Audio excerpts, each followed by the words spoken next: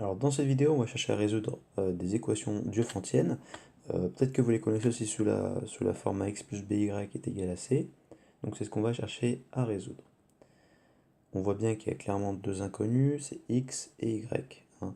Et donc il va falloir trouver ces valeurs de x et de y. Pour résoudre, on va utiliser un raisonnement qui s'appelle le raisonnement par analyse-synthèse. Donc on va toujours devoir l'annoncer, donc on va commencer par dire une petite phrase. Nous allons procéder par analyse-synthèse.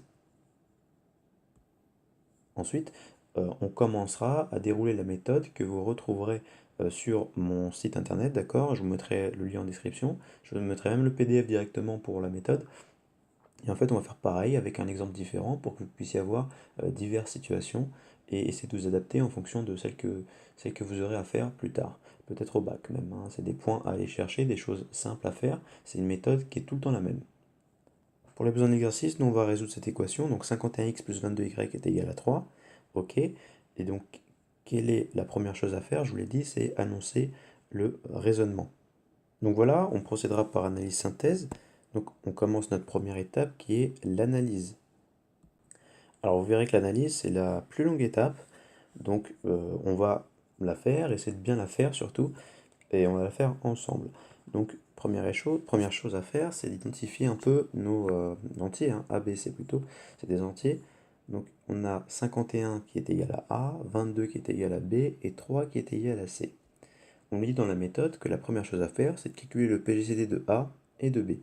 Dans ce cas-là, c'est en fait, il faut calculer le PGCD de 51 et de 22. Comment est-ce qu'on fait pour calculer le PGCD de deux nombres? Et bien on effectue l'algorithme d'Euclide de ces deux nombres.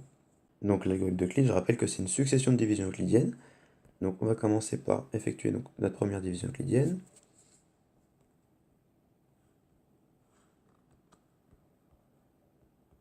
Donc on a 51 qui est égal à 22 fois 2 plus 7. Pourquoi? Parce que 22 fois 2 ça fait 44. 44 plus 7 ça nous fait bien 51. Ensuite on reprend 22. 22 c'est 7 fois 3 plus 1. Ok, 7 fois 3, 21 plus 1, 22. Alors comment ça se passe au niveau de l'algorithme d'Euclide? Je rappelle vite fait, hein. On a toujours un déplacement comme ça. D'accord? Ensuite, on continue. Donc, vous voyez, toujours le mouvement. Le 7 vient ici. 7, c'est combien? C'est 1 fois 7 plus 0. Donc, on prend le dernier reste non nul. Le dernier reste non nul, c'est 1. Vous le voyez ici. Donc, on vient de montrer que le PGCD de 51 et de 22 est égal à 1. Alors, ça, on le note comme ça, le PGCD, d'accord, mais on peut aussi le noter PGCD de 51 et 22, d'accord? C'est pareil. Une fois qu'on a montré ça, on doit montrer que ce PGCD là, donc 51, un PGCD de 22, il divise C. Notre C c'est quoi dans notre équation? C'est 3, d'accord? Le C c'est 3. Donc on doit montrer que le 1 divise 3. La question c'est est-ce que 1 divise 3, d'accord? Donc au brouillon vous demandez est-ce que 1 divise 3. Si 1 ne divise pas 3, alors on peut déjà conclure qu'il n'y a pas de solution. Mais si 1 divise 3, on va devoir chercher ces solutions, d'accord? Donc nous on sait que 1 divise 3, d'accord, je le fais vite fait au brouillon. Est-ce que 1 divise 3? Bah oui, parce que 3 c'est une fois 3. Vous voyez le 1 ici, je le mets ici, d'accord, et je regarde s'il y a un entier qui existe tel que je retrouve le nombre qui est ici. Donc vous voyez, j'écris or 1 divise 3. On va donc chercher solution. Alors, là j'ai offert une étape qui ne marche, enfin qui changera rien dans ce cas-là, mais si vous avez un autre cas, d'accord, où le PGCD est différent de 1, par exemple s'il vaut 2 ou 3 ou quelque chose comme ça, vous devrez faire cette étape. D'ailleurs, dans la méthode en PDF, vous avez un cas où le premier PGCD ne vaut pas 1. Donc qu'est-ce qu'on fait maintenant? C'est qu'en fait, on va essayer de trouver des autres coefficients, d'accord, euh, tel qu'en fait on va devoir résoudre une autre équation qui est équivalente à l'équation de base, celle de base qu'on veut résoudre, donc 51x plus 22y est égal à 3. De sorte à ce qu'on ait en fait a' x plus b'y est égal à 1. D'accord? Comme ça, on sait que, donc d'après Bézout, hein, A' et B' sont premiers entre eux. D'accord? Donc leur PGCD est égal à 1. Ok? Nous, on sait que déjà que 51 et 22 est égal à 1, donc entre guillemets, 50, enfin, ça veut dire que 51 et 22 sont promis entre eux, donc on peut garder ces coefficients, d'accord? On peut garder A' est égal à 51 et B' est égal à 22. Finalement, A' c'est quoi en fait? C'est 51 fois 1, d'accord? Avec 1, le PGCD. Le PGCD, d'accord? B', c'est pareil, c'est 22 fois 1, et le 1 c'est PGCD, et C' c'est 3 fois 1, et 1 c'est le PGCD. Donc si on a ça, nous on va venir résoudre l'équation 51x plus 22y est égal à 1, au lieu de résoudre 51x plus 22y est égal à 3. Alors je rappelle juste que si jamais vous avez votre PGCD qui n'est pas égal à 1, je vous conseille d'aller voir la méthode écrite sur le site que vous avez également en description, d'accord? Et ça vous permettra de savoir comment est-ce qu'on fait pour, à partir d'un PGCD qui est différent de 1, obtenir une autre équation dont les A' et B', eux, sont promus entre eux. Autrement dit, A' et B', leur PGCD c'est 1. Donc moi, là, je ne suis pas dans ce cas-là où le PGCD est différent de 1. D'accord? Là, j'ai le PGCD qui est égal à 1. Donc je peux dire directement qu'on va résoudre 51x plus 22y est égal à 1. Alors, comment est-ce qu'on résout ça?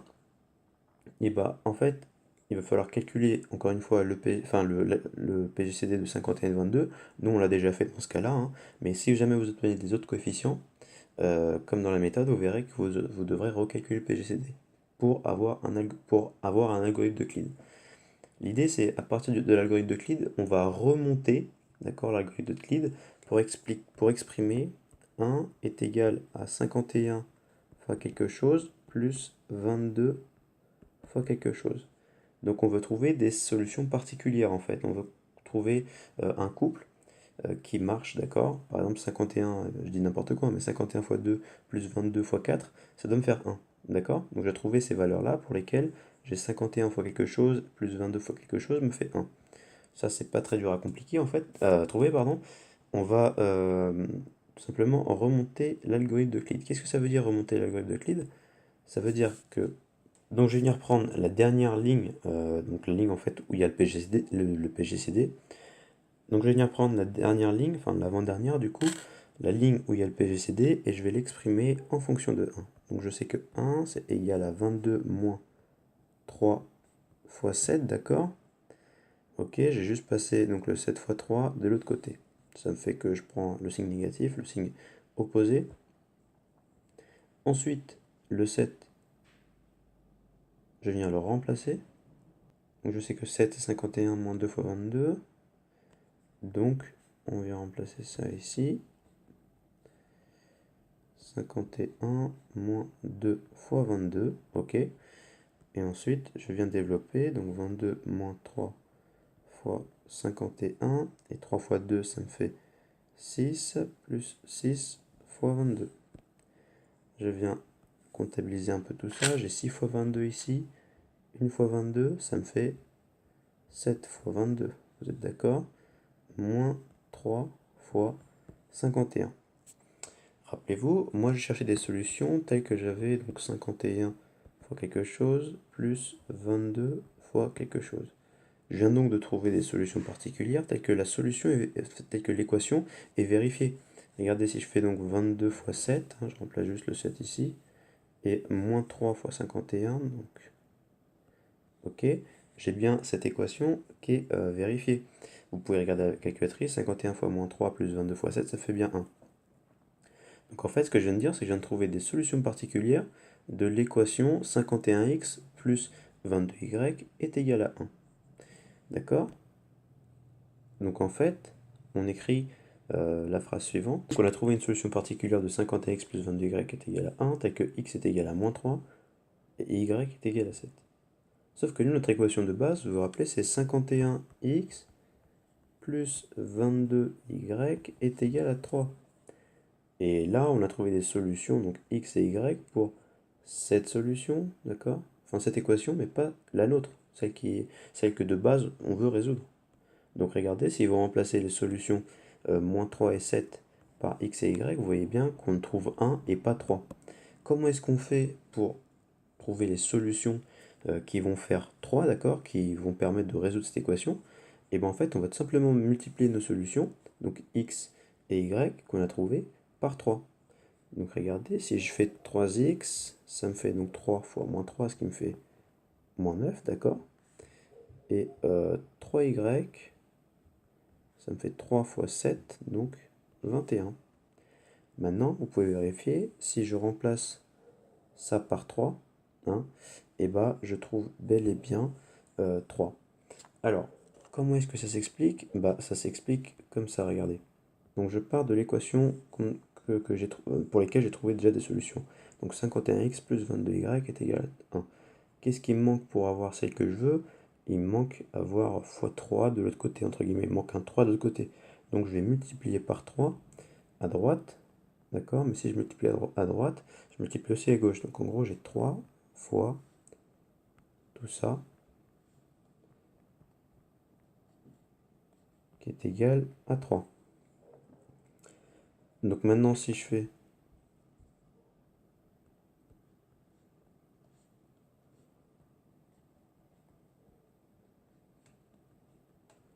ça, vous voyez, je sais que alors, le produit est commutatif, donc 3 fois 51 fois x, c'est comme 51 fois 3x, d'accord? Plus 22 22y fois 3 qui est égal à 3. Donc j'ai bien 3x et 3y. C'est pour ça que j'ai multiplié x et y par 3 pour trouver donc ces valeurs-là pour lesquelles l'équation qui est vérifiée plutôt. Donc un couple de solutions particulières de l'équation 51x plus 22y est égal à 3 est moins 9, 21. Donc si vous remplacez moins 9 par x et 21 par y, vous avez bien l'équation, vous avez bien trouvé la solution de l'équation. Donc en fait, maintenant, à partir de ces solutions particulières, on va essayer de déterminer l'ensemble des solutions. Comment est-ce qu'on fait? On va établir donc un petit système et se dire que comme 51x plus 22y est égal à 3 et que 51 fois moins 9 plus 22 fois 21 est aussi égal à 3, si je soustrais donc la ligne du haut par la ligne du bas, donc en gros c'est faire ça, hein, j'ai bien 51x moins, ok, 51 fois moins 9. Autrement dit, j'ai plus 51 fois 9, d'accord? Plus 22y moins 22 fois 21. Donc, fois 2 fois 21. Et ça, c'est égal à 3 moins 3, donc à 0. Je vais venir factoriser par 51, d'accord? Donc 51 facteur de x plus 9 plus 22 facteur de y moins 21. Et ça fait 0. Ensuite, ce que je peux faire éventuellement, c'est dire que on vient de montrer que 51x plus 9, c'est égal à moins 22y moins 21, d'accord? Je répète, hein, jusqu'à maintenant, c'est toujours la même chose, peu importe l'équation que vous avez. Vous faites toujours ces étapes. Toujours, mais toujours, c'est toujours pareil. Vous avez juste à remplacer vos coefficients, d'accord? J'ai montré d'ailleurs sur la méthode que les équations sont toujours les mêmes, enfin que les solutions sont toujours les mêmes. D'accord? Vous verrez que c'est toujours de la même manière. S'il y en a des solutions, s'il y en a, c'est toujours de la même manière. S'il n'y en a pas, eh ben, il n'y en a pas, hein. L'exercice c'est fini très très rapidement.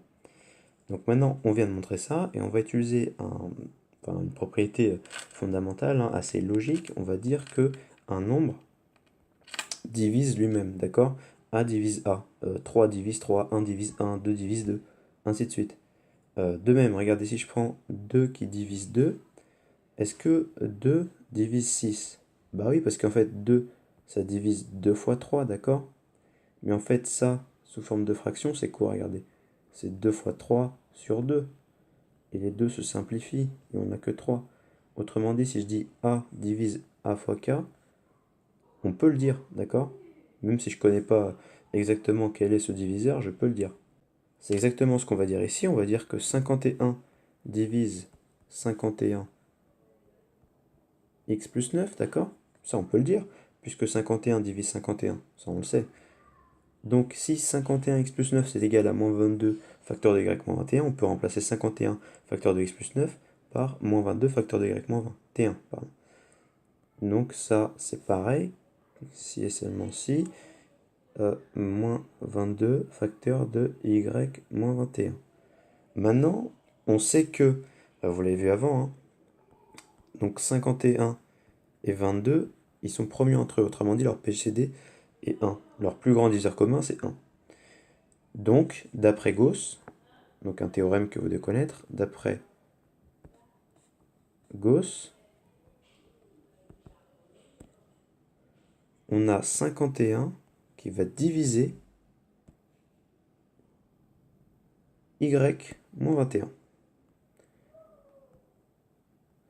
Et ça veut dire en fait qu'il existe un entier k, d'accord, un entier k, tel que y moins 21 est égal à 51k. Autrement dit, si y moins 21 est égal à 51k, ça veut dire quoi? Qu'est-ce que ça veut dire pour y? Ça veut dire que y, c'est 51k plus 21. Je viens donc de trouver, d'accord, une première solution, enfin une solution du couple déjà, hein, une première partie du couple, si je puis dire, qui est y. Il ne manque plus qu'à voir x maintenant. Au lieu de tout refaire, on va directement partir de ce qu'on a mis là, d'accord, et on va tout simplement remplacer par y qu'on vient de trouver juste avant, d'accord. On a dit que c'est 51k plus 21.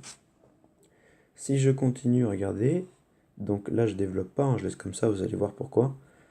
En fait, ça va me faire moins 22 fois y moins 21, mais y c'est quoi? C'est 51k plus 21. Donc 51k plus 21 moins 21, ça me fait plus que 51k. Vous êtes d'accord jusque-là?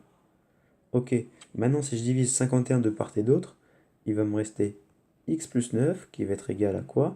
À moins 22k, parce que le 51, il simplifie, mais le k, il reste là, d'accord? C'est pas parce qu'on simplifie, regardez, c'est pas parce que si j'ai 3 fois 2 divisé par 3, c'est pas parce que je simplifie 3 que je dois aussi simplifier le 2, vous voyez? Le k, c'est un entier, ça peut être 1, ça peut être 2, ça peut être n'importe quoi. Donc, si je simplifie par 3 ici, je garde quand même le 2, donc ça me fait 2. Ok? De même que si je fais 51k sur 51, sur 51 tout court, ça me fait k. Ok? Donc je garde quand même le k et c'est le moins 22 qui le récupère parce que j'ai moins 2 fois 1 fois k. Donc moins 2 fois k finalement. Une fois que j'ai ça, bah c'est gagné parce que je sais que x c'est moins 22k moins 9. Ok? On n'a plus rien à faire, hein.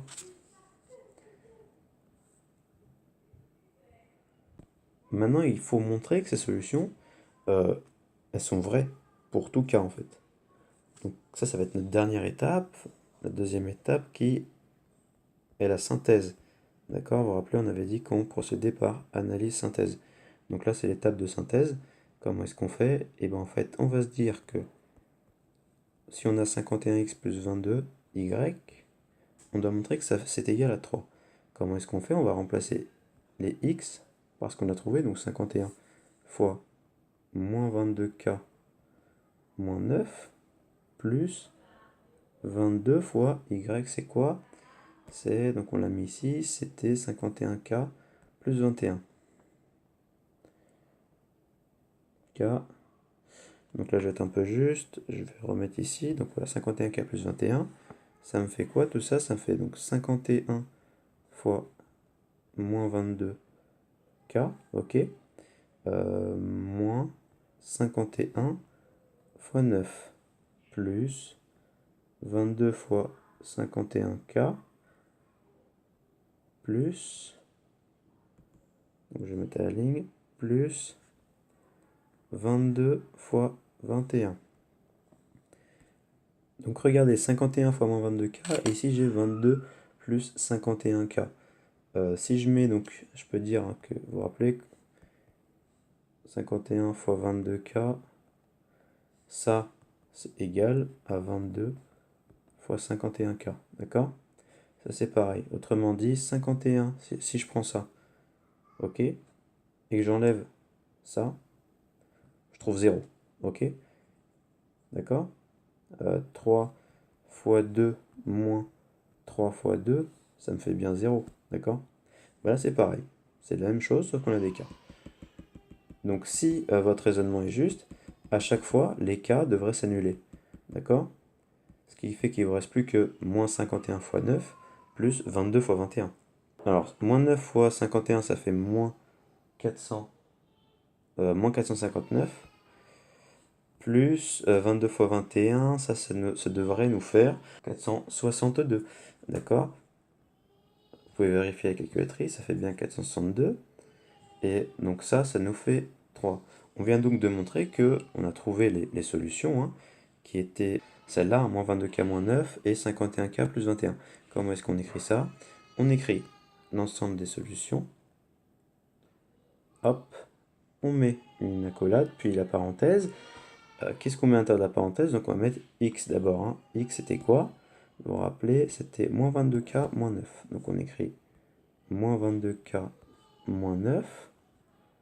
Point virgule, on met y, maintenant y c'était 51K plus 21. On ferme la parenthèse et on précise que K est un entier. K, je mettais la ligne, hein. K est un entier, puis on peut fermer notre accolade. Donc là, on vient donc déterminer l'ensemble des solutions de cette équation diophantine. Je vous conseille de faire les exercices qui sont disponibles sur le site et de revoir la méthode qui est clairement détaillée à l'écrit. C'est un peu brouillon comme ça à l'oral, surtout que la méthode dont je le fais avec la tablette, c'est pas très pratique pour vous expliquer. Bientôt, j'investirai dans une caméra pour pouvoir filmer à travers mon tableau. C'est beaucoup plus pratique, vous verrez, on comprend beaucoup mieux parce que là, je suis assez limité dans l'espace, je peux pas écrire grand-chose. Mais voilà, en tout cas, j'espère que cette vidéo vous aura plu et vous aura aidé dans vos démarches. Et je vous laisse avec les exercices, voir si vous avez compris. Il faut s'exercer, de toute façon vous avez tous les corrigés sur le site, et ça vous permettra de vous améliorer encore et encore.